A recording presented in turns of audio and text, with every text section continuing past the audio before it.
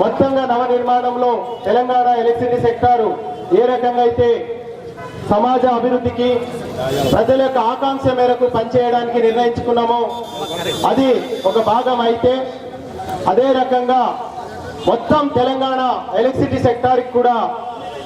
ఒక ప్రధాన పాత్ర పోషించడంలో తెలంగాణ ఎలక్ట్రిసిటీ ఇంజనీర్స్ అసోసియేషన్ ఎన్ని ఉద్యమాలకు ఎన్ని రకాల ఉద్యమానికైనా సిద్ధం అవ్వడమే కాకుండా జస్ట్ ఒక అర్ధగంట క్రితం కూడా సిఎండి ట్రాన్స్కోను గదిలో పెట్టి బంధించిన ఘనత కూడా ఒక అర్ధగంట క్రితమే జరిగింది. ఇలా అన్యాయాల మీదనే కాకుండా ప్రాజెక్టుల మీద మొత్తంగా తెలంగాణకు జరుగుతున్న ఒక్కొక్క అన్యాయాన్ని తెలంగాణ సమాజానికే కాకుండా ప్రపంచం మొత్తాన్ని చూపించడంలో తెలంగాణ ఎలక్ట్రికల్ జేఏసీ తరఫున మనం పోషించిన పాత్రకు మీకు అందరికీ అభినందనలు తెలుపుతూ,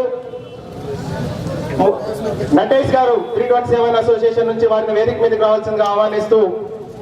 ముందుగా స్వామిరెడ్డి జనరల్ సెక్రటరీని మాట్లాడవలసిందిగా రిక్వెస్ట్ చేస్తున్నాం.